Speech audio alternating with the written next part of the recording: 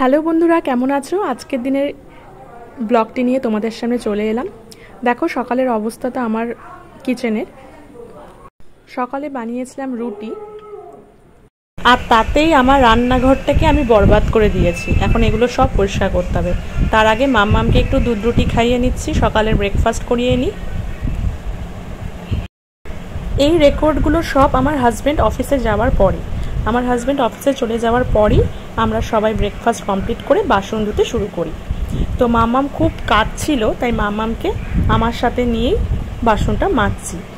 আমার বাসন মাজার লোক আসে, কিন্তু সে অনেক লেটে আসে। তার আগে আমাকে সব কাপ, ছোট ছোট বাটি সব কিছুই ধুয়ে নিতে লাগে।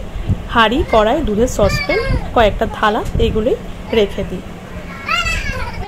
দেখো কিভাবে মাম্মাম কাঁদছে, ওকে ওখানে রেখে রেখে বারবার করে কাজ করছি।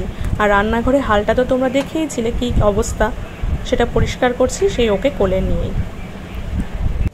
আর যারা তোমরা ডেলি ব্লগ করো তারা অবশ্যই জানো যে কাজের মধ্যে থাকলে আর একটা ছোট বাচ্চা থাকলে মোবাইল রেখে রেখে সব কিছু রেকর্ড করে করে কাজ করা একটু ডিফিকাল্টি হয়। সেজন্য মাঝে মাঝেই আমি অনেক কাজ করেও সেগুলো কিন্তু দেখাতে পারি না। ওকে সামলাবো না রেকর্ড করতে শুরু করব। তবুও করি, কষ্ট করে হলেও করি, কারণ অনেক দিন না দিলে লোকজন ভুলেই যায়, সাবস্ক্রাইবারও কমে যায়। আর যেহেতু এই প্ল্যাটফর্মে একবার এসেছি, নিশ্চয়ই কিছু একটু আশা নিয়েই এসেছি, সেজন্য কষ্ট হলেও একটু রেকর্ড করে করি। আর তোমরা তো জানোই যে আমার বাড়িতে আমার মাম্মামের জন্য অনেক দিদিরা থাকে, তারাও মাঝে মাঝে মোবাইলটা ধরে দেয়। না হলে কেউ যদি না থাকে আমার রিং লাইটটা দিয়েই করি। এই দেখো নিচে তো বাসন মেজে অনেক জল পড়ে গেছে, ওই জলগুলো কাটছি। মাম্মাম কিন্তু তখনও কেঁদেই যাচ্ছে।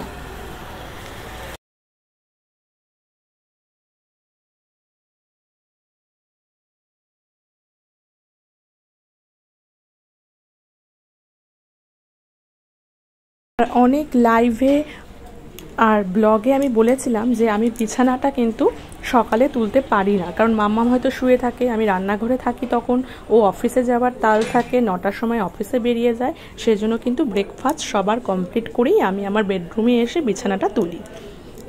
এখন বিছানাটা তুলছি।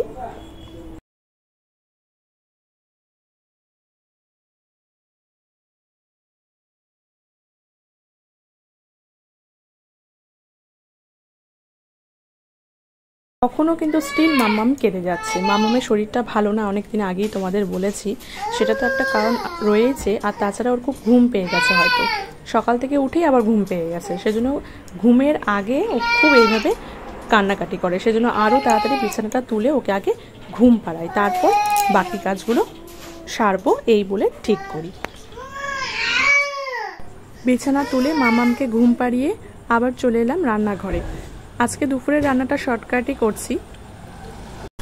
আজ আমার হেল্পিং হ্যান্ড যে রান্নার ছিল সে ছুটি নিয়েছে, সেজন্য নিজেকেই পুরোটা সামলাচ্ছি।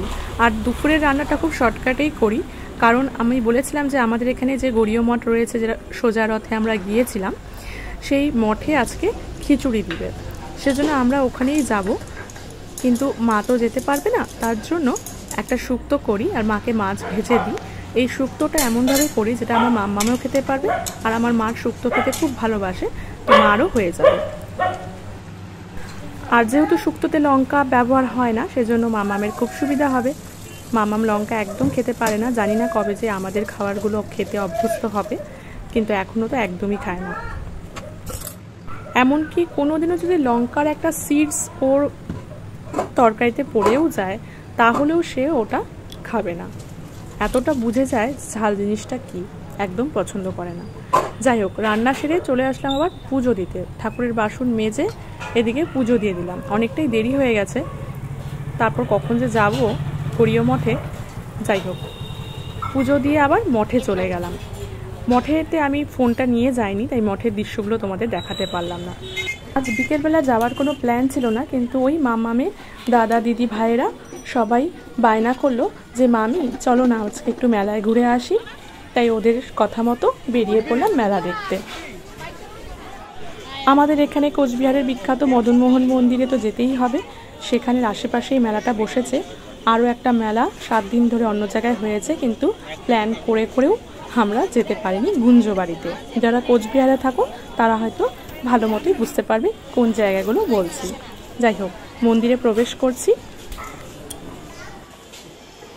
তোমরা যারা আমার ব্লগ দেখো তারা হয়তো প্রত্যেকটা শুভ অনুষ্ঠানে আমার মন্দিরে যাওয়াটা, এই মন্দিরটাকে দেখে থাকো। আসলে কোচবিহারে যারা থাকে তারা না এই মন্দিরটাতেই যায়। যেহেতু এই মন্দিরে একই সাথে অনেকগুলো ঠাকুর রয়েছে এবং এটা যেহেতু সেই রাজার আমলের ঐতিহ্য, আমাদের কোচবিহারের ঐতিহ্য বলতে পারো, সেজন্য পুরো কোচবিহারবাসী যে কোনো শুভ অনুষ্ঠানে এই মন্দিরটাতেই কিন্তু যায়। আর মেলা বলতে ঠিক মন্দিরের আশেপাশে কিছু ছোটোখাটো দোকান, সেই দোকানগুলোতেই মেলা বসেছে। নাগরদোলনা, বাচ্চাদের বিভিন্ন রাইডস, আরও অনেক কিছু রয়েছে। মন্দির থেকে বেরিয়ে আমরা চাট আর আইসক্রিম খেয়েছিলাম। তো সেই খাওয়ার ছবিটা হয়তো আমরা রেকর্ড করতে পারিনি, কারণ সবাই ছোট বাচ্চা, যদি কেউ হারিয়ে যায় ফটো তোলার তাল করিনি সেই সময়।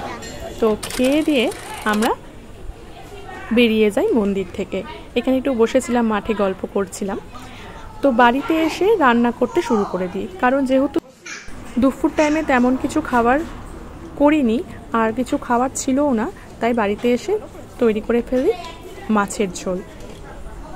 ঝিঙ্গা আর আলু দিয়ে পাতলা ঝোল করব। যেহেতু ডাল নেই সেজন্য একটু ঝোল রাখতেই হবে, 4 জন খাবো।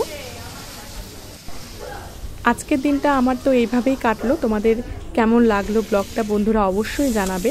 আর তোমরা কিভাবে দিনগুলো কাটাও আমাকে জানাও, গল্প করো, আমার বন্ধু হও, আমাকে সাপোর্ট করো। আমি ইউটিউবে একদম নতুন, তোমাদের সাপোর্ট আমার কাছে যেমন অনেক মূল্যবান, তেমন আমাকে না অনেক উৎসাহিত করবে।